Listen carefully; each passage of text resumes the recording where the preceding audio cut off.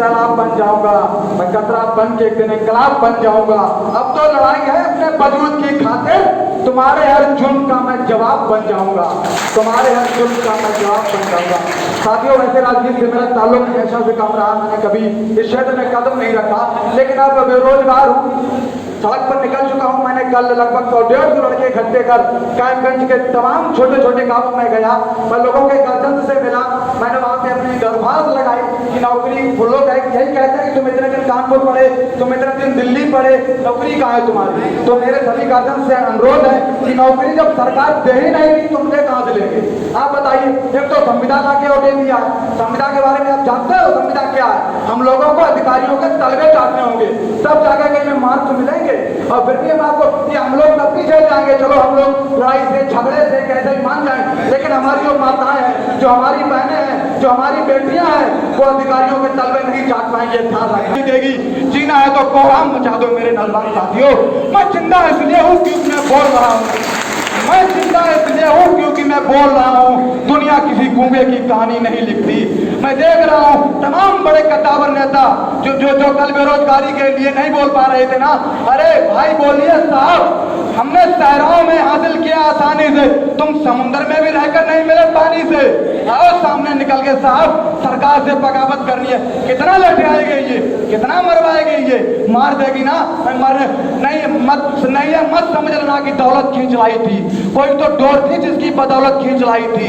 मेरी सांसों में बसती आपके प्यार की खुशबू, मुझे विराज अपनों की मोहब्बत खींच लाई थी, मुझे विराज अपनों की मोहब्बत खींच लाई थी। मेरे नौजवान साथियों, ये सरकार तुम पर जितना जुल्म करे तुम उतने सामने निकल कर आओ, तुम उतने सामने निकल के आओ। न बुज़दिल की तरह तुम जिंदगी से हार कर मरना, न बुज़दिल की तरह तुम जिंदगी से हार कर मरना।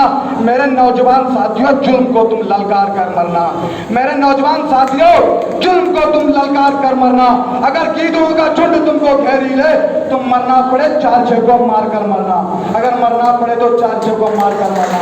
खासतौर से मैं आज इसलिए उपस्थित हुआ हूँ, हमारे आदरणीय जनाब नदीम साहब जी को अखिलेश यादव जी द्वारा दोबारा जिलाध्यक्ष घोषित किया गया। मैं उसकी बहुत बहुत शुभकामनाएं देता हूँ, बहुत दिल से धन्यवाद देता हूँ। साहब एक कद्दावर नेता फरुखाबाद के ऐसे हैं जो पुलिस के सामने, जो डीएम साहब के सामने ज्ञापन देने पहुंच जाते हैं। इन्हें बिल्कुल डर नहीं है लाठियों का, ऐसे नेता की जरूरत है। आप सड़क पर आइए, आप गाँव गाँव जाइए, क्योंकि अलग अब चुप नहीं होगी। अगर आप निकल चुके हो तो काफिला दूर तक जाना चाहिए। मैं अपने घर से कल अकेला निकला था अंकल जी, लेकिन काम में जाकर जब मैं पहुंचा तो मेरे साथ 100 से ज्यादा लड़के जुड़ गए और गांव गांव जाकर उन्होंने मेरे साथ अलग जगाई। मैं गांव गांव जाकर बैनर लेके घूम रहा था कि रोजगार दो, रोजगार दो। लेकिन सरकार को झुकना पड़ा। कल सरकार ने संविदा वाला कानून वापस ले लिया। आया देखा ना आप लोगों ने, संविदा वाला कानून वापस ले लिया और रोजगार देने का आश्वासन दिया है। चुप मत बैठना, ये मत सोचना ये जुल्मी भरी सरकार है, ये आपको फिर से तोहफा के तौर पे देके क्या मान जाओ। 15 लाख आपके खाते में आ गए। हमारी जीडीपी कितनी गुड़िया, मैं आप लोगों से जानना चाहता हूँ, हमारी जीडीपी कहां पर पहुंच गई? बताइए आप लोग। इस सरकार से हम क्या उम्मीद करें, क्या सोचे? इस सरकार से आपको एक होने की जरूरत है, एक हो जाओ। एक छोटी सी कहानी आपके समक्ष रख रहा हूँ। एक जंगल में आग लगी, बहुत भयानक आग, जंगल के सारे पक्षी जानवर जले जा रहे थे। तो वहीं पे एक छोटी सी गौरैया होती है, गौरैया जानते हैं? गौरैया, गौरैया ने देखा कि मेरा बनाया हुआ आशियाना चला जा रहा है, जो घर उसने बनाया था वो आग से जला जा रहा था। एक गौरैया के ध्यान में एक बात आई, वो दौड़ के गई बगल के जंगल में और तालाब से चंद बूंद अपनी चोंच में भर के लाई और उसने उस दहकती आग में अपने आशियाने पर डाल दिया। लेकिन जंगल की आग इतनी भयानक थी कि चंद बूंदों से कुछ नहीं होने वाला। गौरैया फिर पलट कर गई, फिर उसने चंद बूंदे लाकर उस आशियाने पर डाल दिया। ऐसा करते करते जब गौरैया थक गई तो बगल के जंगल के तालाब के किनारे बैठ गई। तो वहीं पर बैठे एक अजगर ने कहा, क्यों गौरैया, तुझे क्या लगता है तेरी चंद बूंदों से जंगल की इतनी भयानक आग बुझ सकती है? अब जो बात मैं कहने जा रहा हूं उसको अपना जवाब समझ लेना। सामने बैठे खुद का आवाम, मैं आपसे कहना चाहता हूँ। गौरैया ने कहा, जी भैया, मुझे मालूम है जंगल की इतनी भयानक आग नहीं बुझ सकती, लेकिन उससे पहले मुझे इसलिए भी मालूम है, जिस दिन इस जंगल का इतिहास लिखा जाएगा, जिस दिन इस जंगल की तारीख लिखी जाएगी, तो मेरा नाम आग लगाने वालों में नहीं बल्कि आग बुझाने वालों में लिखा जाएगा। मेरे पास कोई सियासी संबंध नहीं, किसान का बेटा हूँ। मैं इसलिए सड़क पर आया हूँ क्योंकि आपकी आवाज सुनकर बोलना चाहता हूँ। मैं बड़े बड़े नेताओं से कहता हूँ कि आप मुझे अपने साथ ले चलिए। मैं जनता को जगाने जा रहा हूँ, मैं जनता को बेदार करने के लिए निकला हूँ। वक्त बहुत कम है, यहाँ पर बड़े लोग उपस्थित हैं, वो अपनी बात रखेंगे, इसलिए कभी मौका लगा तो फिर आपसे गुफ्तगू करेंगे मेरे अपनों। लेकिन ये बात ध्यान रखना कि एक आया था कोई छोटा बालक रास्ता चलते वो चीख कर गया है। आप लोग गाँव गाँव जाओ, आज आप देखो कल आपके साथ हजारों होंगे। जाइए आप लोग, बस मेरी यही निवेदन। ये सरकार हमें जीने नहीं देगी। अगर हम आज चुप हो गए तो मेरी आने वाली पीढ़ियां गूंगी हो जाएंगी। ध्यान रखना, पीढ़ियां मुझसे सवाल करेंगी कि हमारे दिल्ली की सल्तनत पर बैठा सुल्ताना शाह उत्तर प्रदेश की गद्दी पर बैठा वो अनपढ़ जब बोल रहा था, जब अत्याचार कर रहा था तो आप शांत क्यों थे? जब आपके पास जवाब कुछ नहीं होगा।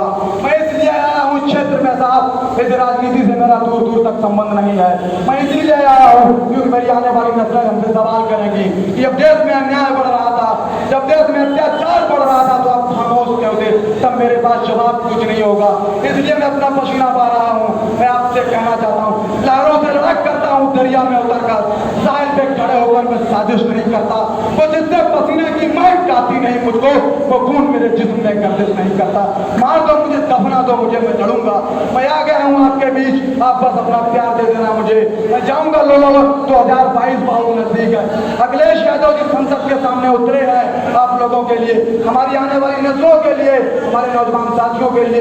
एक अकेला बंदा ऐसा नेता जो ना लाठियों से डरता है, ना पुलिस की तर्जुमानी से डरता है, ना योगी आदित्यनाथ से डरता है। आप लोग अपना हाथ दे दोगे तो उसके हाथ और मजबूत हो जाएंगे। आप लोगों से मेरा बस यही निवेदन है कि आप आइए, सामने आइए। आप मुझे आधी रात फोन कर बोलने के लिए मैं आऊंगा, मैं लाठी खाने भी आऊंगा अगर आप कहोगे तो, लेकिन मेरे साथ चलना। मैं अकेला कुछ नहीं कर सकता। मैं अकेला हूँ साहब। आज मेरे साथ आप लोग जुड़ चुके हो।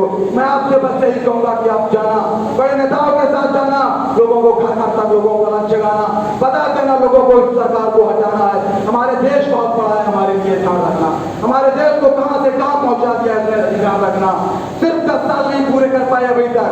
हमारा देश बहुत बड़ी गहरी खाई में जाकर पहुंचा है। क्या आप समझ रहे हैं? ये चैनल देखना बंद कर दीजिए बस।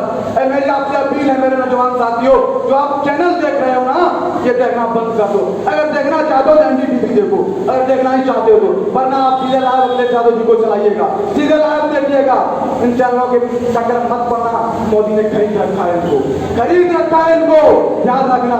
आप खोलेगा तो आ जाएगा चौकीदार, ठीक है चौकीदार। मैं तुझसे बगावत करने के लिए आ चुका हूँ। तमाम आवाम आ चुकी है। मैं आप लोगों से निवेदन करता हूँ, जाग जाओ आप लोग, अभी वक्त है, जाग जाओ, वरना बहुत पछताओगे। अभी तो देख रहा हूँ बहुत लोग पछता भी रहे। खाद आपने देखी होगी, खाद के बारे में किसान भाई यहाँ पर बैठे हुए हैं। क्या क्या हाल है खाद का बताइए आप? मिल पा रही है क्या? बोलिए, नौजवान कहाँ है मेरे? बोले सुनो, क्या नौकरी आई आपके पास? बोलिए। आपके माँ बाप आपसे सवाल करते हैं कि बेटा क्या करोगे? उनसे बता देना पापा आप मुझसे सवाल मत करिए। आप मेरे सामने रीजनिंग की किताब लाइए, मैं हल करूंगा। आप मेरे सामने मैथ की किताब लाइए, मैं हल करूंगा। आप बगावत करिए, ये सरकार हमें नौकरी नहीं देगी, ठीक है? इसलिए मैं आपसे कह रहा हूँ, आप जाग जाओ मेरे नौजवान साथियों, क्योंकि सोच जवानी चलती है, वो सोच जमाना चलता है। जंग में कांति अपराध से क्या होता है, हौसला लड़ता है, तादाद से क्या होता है। हम लड़ेंगे, तेरे पास भीड़ है, हमारे पास जुनून है। मैं लड़ूंगा साहब, आज मैं पसीना बहा हूं, आने वाले वक्त में खून भी बहाऊंगा, लेकिन अपने देश को नहीं लूटने दूंगा। ये ध्यान रखना। आप लोग देश के साथ खड़े हो जाओ। मेरी आपसे यही विनती है, वक्त बहुत कम है, मैं अपनी बात को ही समाप्त करता हूँ। आपके पास वक्त बहुत कम है, आप लोग सामने आ जाओ, निकल कर बाहर आ जाओ, गाँव गाँव जाओ, जन जन तक जाओ, ठीक है? वक्त लगा दो, फिर मिलेंगे आप लोगों से, ठीक है? याद रखना मुझे, मेरा नाम विकास यादव, कायमगंज का हूँ, गाँव बलीपुर है, ठीक है ना? मिलूंगा आप लोगों से। जय हिंद, जय भारत। ठीक करो, आवाज दो, आवाज दो। जय हिंद। धन्यवाद विकास भाई।